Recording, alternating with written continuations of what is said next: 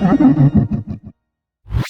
gamers, it's G from the corner, and today we're going to be checking out Curse Crackers For Whom the Belle Toils, released on Nintendo Switch, PC, and I think it's coming to other platforms, not too sure. You know, I was kind of in the mood for another sort of spooky-ish game for the Halloween season, and you know, I looked at this game coming up. It actually just came out on Switch like a few weeks ago, and I was like, you know what, this game, it's very Halloween light, at least, you know. You run around some pretty spooky themed areas, swamps, haunted forests, haunted libraries, and to top it all off, the entire lineup of enemies is just a bunch of spooky skeleton dudes, alright? Like, this is clearly Halloween, and you play as like a little masquerade acrobatic. Come on, come on. Oh, the little buddy you have is a ghost, and look at that logo. Look at that logo font. Come on, this is a Halloween game.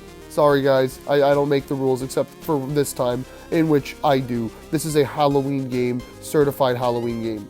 Right away you can tell it's got a very like Game Boy Color, late 90s Neo Geo Pocket sort of aesthetic with the visuals going on here, and the music for the most part, although it does tend to like stray away from it as you progress through the game. Like, they clearly do things that are like, okay, we want to make cool sounding music, we don't give a shit if this is actually what it would sound like on a Game Boy or not, and you know, to great effect. The music is very, very good in this game, I gotta admit.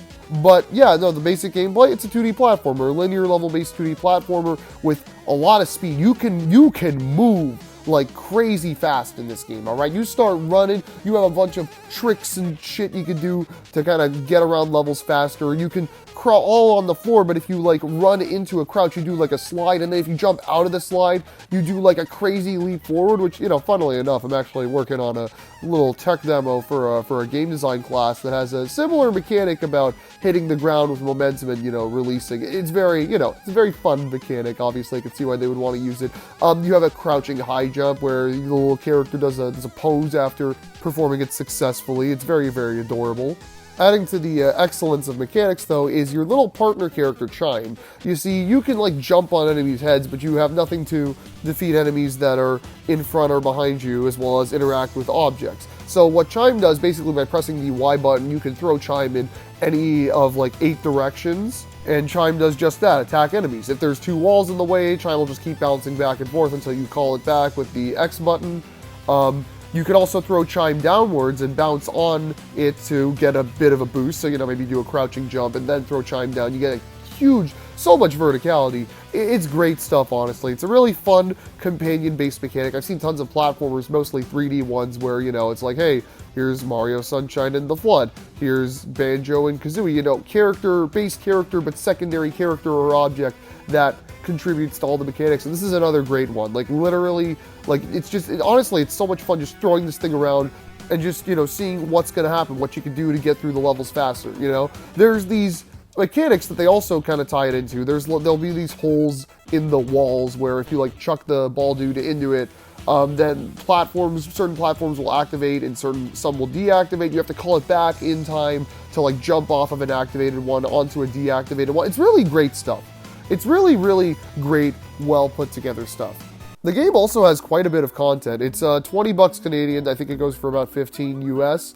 And there's quite a lot of levels, as well as quite a few bosses. A lot more than I was expecting for a game of this length and stature. There's also tons of like side areas and stuff. When I played through the game, I didn't even notice there's a bunch of towns you can go to and just talk to people. And there's some lore hidden within the dialogue and such and such. I really, honestly, I didn't pay much attention to it. All I know is you play as Acrobatic Girl, whose boyfriend gets kidnapped, and there's a bunch of silly monster characters you have to fight throughout the game. It gets kind of serious towards the end, but like, it's not like serious whatsoever. You know, it's just goofy fun, honestly. It's goofy fun that'll last you at least a few hours. Another thing I completely forgot to mention from the gameplay side, actually, there's these power-ups you'll occasionally run into, which, you know, honestly are most similar to, like, Wario Land power downs, but, you know, there's a bit more progression to them. Like, you'll run into this chef lady, and she'll be like, oh, I need an ingredient, and then you go through the level, find the ingredient, and it kind of wraps you back around, and then she can make a little treat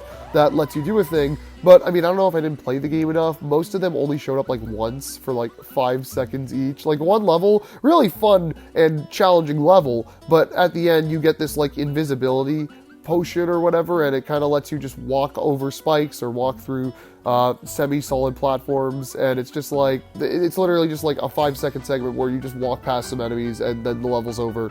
They could have been developed a bit more, but I'm not going to give the team too much slack for this. You know, it's clearly a lighter project. There's already so much crammed into it as is. I'm not going to be like, oh, they underutilized the... No, everything does about as much as you would want it to. Honestly, like, the fact that I forgot about it, but still was thinking the game was phenomenal, that's just a testament to show that it didn't really matter, the underutilization of it. Or at least as far as I'm aware, there's some post-game levels I haven't checked out yet. Maybe they bring all of them back in there for some more, you know, substantial use. I have no idea.